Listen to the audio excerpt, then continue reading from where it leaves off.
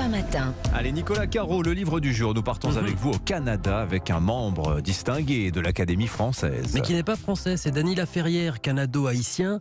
Les éditions Zulma ont réédité son premier roman écrit il y a 35 ans. Voici la version poche et accrochez-vous pour le titre « Comment faire l'amour avec un nègre sans se fatiguer ». Alors, il n'a pas des problèmes avec les fameux lecteurs sensibles là avec ce titre? C'était il y a 35 ans. C'était notre époque, mais on va y revenir sur ce titre. En tout cas, le roman est génial. Le narrateur est un type un peu désœuvré qui vit à Montréal avec Booba, son colocataire à moitié fou, qui passe le plus clair de son temps à dormir sur le sofa du petit appartement. Le narrateur, lui, s'est mis en tête d'écrire un livre, et ça tombe bien, il vient d'acheter une machine à écrire, et le vendeur lui a dit qu'elle avait appartenu à Chester Himes, le grand écrivain. Quand il n'écrit pas, il drague des filles, et il passe son temps à faire l'amour. Il les appelle par des surnoms, à chaque fois un surnom qui correspond à leur trait de caractère. Et puis il lit énormément. Faut lire Hemingway debout, dit-il, Bachot en marchant, Proust dans un bain, Cervantes à l'hôpital, Simenon dans le train, Dante au paradis, Dosto en enfer, Miller dans un bar enfumé avec hot dog, frites et coke. Alors je vous raconte ça, on pourrait croire que c'est léger, et ça l'est, c'est aussi très, très drôle souvent, mais aussi très violent, et très cru, très court, tendu comme un arc. Il y a du Bukowski là-dedans, c'est sale, c'est irrévérencieux et très poétique. Alors, dans quelles conditions Dany Laferrière a-t-il écrit ce premier roman? En exil. Dany Laferrière avait quitté Haïti et la dictature, et il était à Montréal. Il a donné un coup de pied dans la fourmilière. Les romans étaient très polissés. Il est arrivé avec cette uppercut et sa carrière a immédiatement démarré. Et son secret, c'est qu'il s'est pris pour un écrivain. Il faut se prendre pour un écrivain, dit-il, pour le devenir. Alors, il y a ce titre aussi, Comment faire l'amour avec un nègre sans se fatiguer. Qu'est-ce qu'il pense, Dany Laferrière, du débat là autour du mot nègre qu'il emploie dans son titre? Le mot maudit, il n'en pense rien. Enfin, le débat actuel ne l'intéresse pas du tout simplement parce que lui utilise ce mot à sa façon. Quand je l'emploie, ce n'est pas la même chose que quand un autre l'emploie. D'abord, pour une raison simple, en Haïti, le mot nègre veut dire homme. Parce que nous avons fait l'indépendance en Haïti, donc la question de la race n'a jamais été posée dans un sens d'infériorité. Et le mot être un nègre, c'est la plus haute forme. Et c'est le citoyen.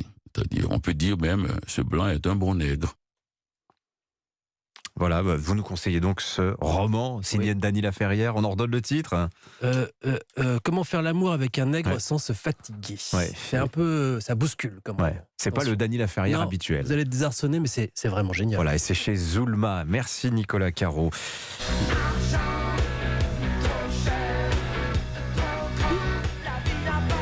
Voilà, la vie n'a pas de prix, comme disait Téléphone, mais l'art en a un, et il se trouve que les prix de l'art ne cessent de grimper. L'argent dans l'art. Tiens, Marie Jiquel, c'est le titre d'une expo passionnante en ce moment à la Monnaie de Paris, des mythes antiques jusqu'à Marcel Duchamp. Alors il y a 2000 ans d'histoire de l'art couverte dans cette expo. Oui, on commence avec le mythe de Danaé, séduite par un Zeus transformé en pluie d'or, histoire qui a notamment inspiré le peintre Klimt.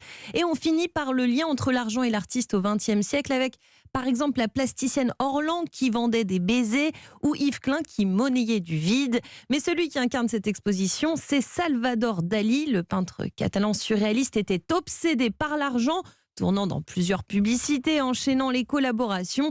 Et cette obsession, ça lui vaut le surnom Davida Dollar, anagramme de Salvador Dali. Ça y est, vous avez compris.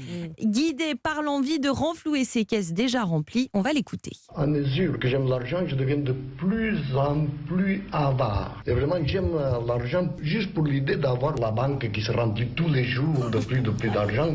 Juste pour l'idée de la puissance, l'idée symbolique de l'argent. Symbolique de l'argent. Toujours très inspirant, un petit Dali avant 8h. On va écouter à présent Jean-Michel Bourg, historien de l'art, qui a monté cette exposition. Dali va revendiquer précisément une posture qui est complètement décomplexée par rapport à la question de l'argent et qui, d'une certaine manière, va inspirer la génération des artistes américains des années 50-60. Dali, à ce moment-là, est souvent aux États-Unis, à partir de la Seconde Guerre mondiale.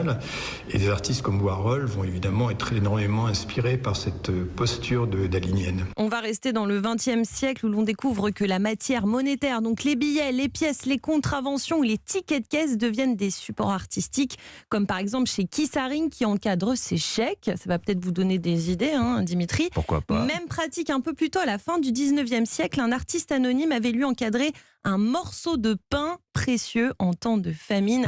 Alors que dans les siècles précédents, eh bien, l'argent figure dans des scènes de commerce où représente le péché. Voilà, c'est un shot d'histoire de l'art avec des grands noms, Courbet, Degas, Renoir ou Warhol. Ouais, c'est vrai qu'en Virginie, on utilisa des feuilles de tabac par le passé en guise de monnaie. Et selon la qualité du tabac, ça valait plus ou moins cher. On pouvait avoir plus ou moins de choses. Vous êtes un L'argent, puits de culture. l'argent dans l'art. J'aime bien l'argent, moi aussi. C'est à la monnaie de Paris. C'est sûr que vous allez dire j'aime bien l'art, mais bon. Mais j'aime bien l'art aussi. C'est donc jusqu'au 24 septembre. Merci beaucoup, Nicolas. Merci, Marie. Merci, Vincent. À demain pour de nouvelles découvertes.